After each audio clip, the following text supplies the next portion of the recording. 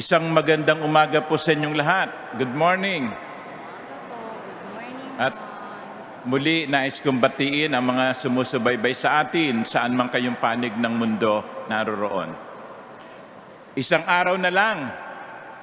Ngayon po ang ika-8 araw. Sino ang nakabubuo pa hanggang ngayon? 8 araw.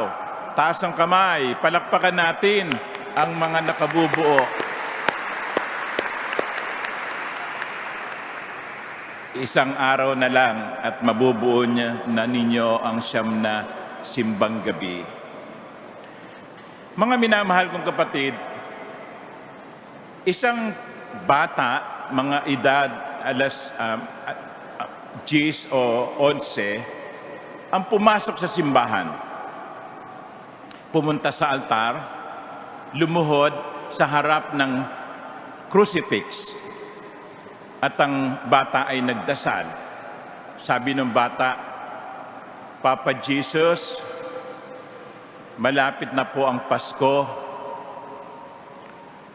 Wala po akong pera.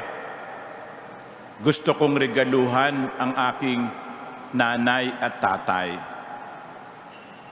Papa Jesus, bigyan mo po ako ng 1,000. Specific 1,000. So habang nagdadasal yung bata, hindi niya namalayan na sa likod niya ay merong isang pulis na galing sa duty at bago umuwi ay dumaan ng simbahan. At narinig ng pulis yung dasal ng bata. Nagdadasal ng 1,000. Naisip ng pulis, meron pa naman akong 500 dito So, ibibigay ko na lang to sa bata. So lumapit yung pulis sa bata at ibinigay sa kanya yung 500 pesos. Kinuha ng bata yung pera, tumingin muli sa crucifix at ang sabi, Papa Jesus, salamat po at binigay mo sa akin ang aking hiling. Pero sana po next time, wag mo nang ipadaan sa pulis. Good morning sa mga pulis. No? Mga minamahal kong kapatid, ang ebanghelyo natin ay may 3 nais na ituro sa atin. Ang una ito, nakikinig ang Diyos sa ating dasal. Pinakikinggan niya ang ating mga tahimik na panalangin. Maaaring hindi agad-agad sumasagot ang Diyos. Pero isang bagay ang natitiyak natin, nakikinig ang Diyos sa ating dasal. Sa Ebanghelyo narinig natin, dumating ang araw ng panganganak ni Elizabeth. Si Elizabeth, nabaog, na ang asawa ay si Zacarias na matanda na. Sa mata ng tao, wala na silang pag-asang magkaanak. Pero hindi sila sumuko sa pagdarasal. Hindi sila huminto sa pananalangin. Sa bandang huli, ang kanilang hiling ay ibinigay ng Diyos. Mga minamahal kong kapatid, huwag kayong susuko sa pagdarasal. Huwag kayong hihinto sa pananalangin. Ipakita ninyo sa Diyos, Lord, Papa Jesus, wala akong ibang inaasahan kundi ikaw. Papa Jesus, wala akong pwedeng lapitan kundi ikaw. God always listens to our prayers. Ang pangalawang itinuturo sa atin ay ito, madalas ang Diyos ay tinutugon ang ating panalangin sa pamamagitan ng ibang tao. Katulad ng pulis. Isipin nyo, ilan sa mga panalangin ninyong ibinigay ng Diyos sa pamamagitan ng inyong kapwa.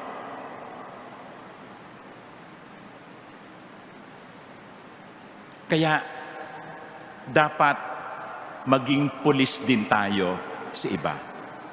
Na kahit na tayo ay kapos din, wag nating sabihin walang-wala ako. Hayaan natin gamitin tayo ng Diyos para maging instrumento ng kanyang pagmamahal. Many times, the Lord will answer our prayers through others. Maging daluyan tayo ng biyaya ng Diyos. Nito po mga nakakaraang araw, parang ang daming sunog. Meron pong sunog sa Malabon, although malayo naman sa amin, awa ng Diyos.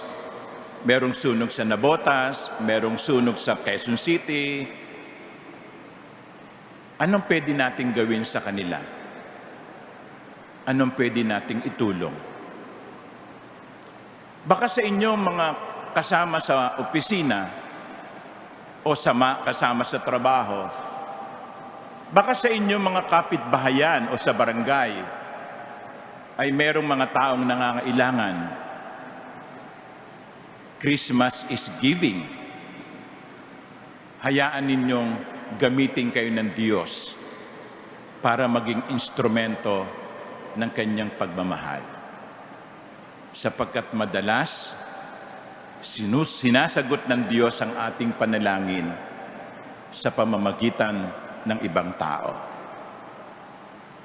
At pangatlo, ang daming tanong ng mga kababayan ni Zacarias at Elizabeth, magiging ano nga kaya ang batang ito? Zacarias and Elizabeth were blessed with a baby. They were blessed. And the question is, what will happen to this blessing? Why was this blessing given to this couple? May misyon si Juan Bautista. Ibinigay siya ng Diyos sa kanyang mga magulang, kay Elizabeth at kay Zacarias, sapagkat may ipagagawa ang Diyos sa sanggol na ito kapag ito'y lumaki.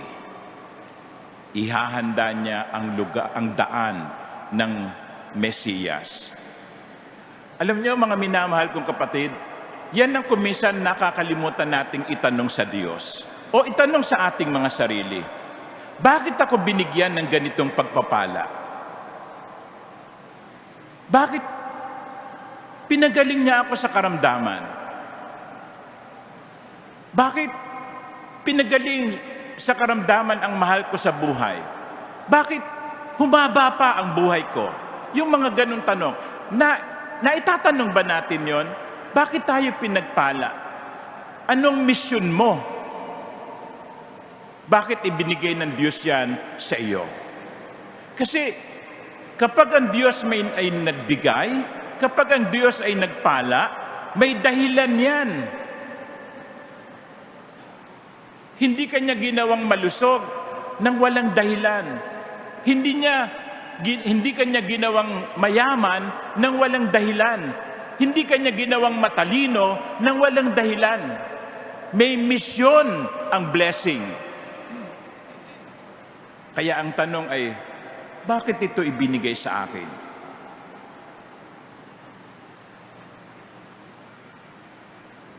Umabot kayo ng walong madaling araw. Bakit? Bakit nagising tayo kaninang umaga?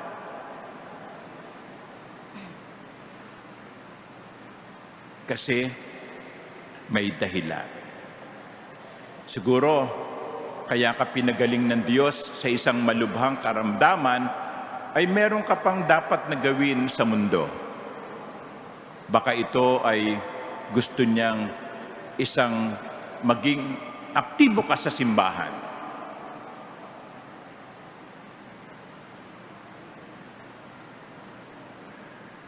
Kaya kuminsan nakakatakot pong humingi eh. Kasi kapag tayo pinagbigyan, may dahilan ang Diyos.